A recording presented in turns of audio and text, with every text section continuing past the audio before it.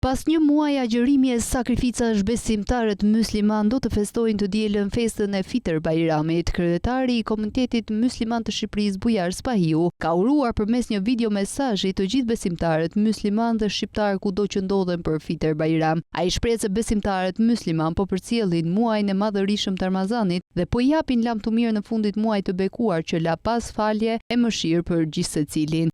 Fest është Fitr Bajrami. Hani e pini të gëzuar nga se këtë e keni fituar në ditët e kaluara, thot Zoti i Madhërisëm. Ne sot i lutemi Zotit të Madhëruar, mëshiruesit, bamirësit, që Ramazani i nderuar, i cili në këtë botë është, fundëkrye një mirësi e madhe për ne, në ditën e ringjalljes të ndërmjetësoj tek Zoti për ne, duke thënë: O Zot, unë i kam penguar këta gjatë ditës nga të ngrënët, të pirët dhe kënaqësitë e tjera të ndryshme. Pranoje ndërmjetësimin tim në favor të tyre. Të nderuar motra dhe vëllezër, agjërimi ishte një shkollë një mujore për secilin prej nesh. Gjatë këtij muaji, njeriu mëson se modestia dhe jo mendjemasia është virtyt. Mëson se falja është më me vlerë se hakmarrja.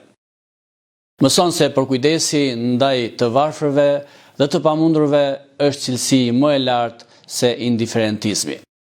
Të dashur motra dhe vëllezër, mëson vetë disiplinimin, vetë kontrollin dhe vetë edukimin.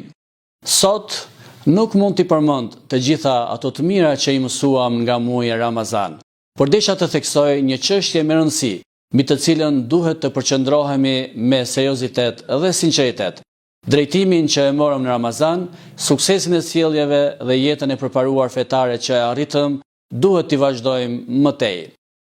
Kreu i Komitetit Musliman e mbyll mesazhin e tij me një urim për të gjithë besimtarët musliman, duke u shprehur se uron që kjo festë të sjellë begati dhe mirëqenie në familjet e çdo shqiptari. Komuniteti Musliman i Shqipërisë ka njoftuar të gjithë besimtarët se Fitr Bajrami do të falet në sheshin Skënderbej në Tiranë. Sipas një njoftimi të publikuar në rrjetet sociale, mësohet se ceremonia do të nisë në orën 6:45 të mëngjesit me leximin e Kuranit dhe ligjëratën, ndërsa namazi do të falet në orën 7:30. Për besimtarët kjo ditë shënon shpërndarjen e lëmoshës, solidarizimit me të varfërit në mënyrë që të gjithë të kenë mundësi të gëzojnë së bashku për këtë festë. Pasi besimtarët të kryejnë faljen e namazit, festimet vijojnë me drekën e Bajramit e më pas me vizita mes miq dhe të afërmve.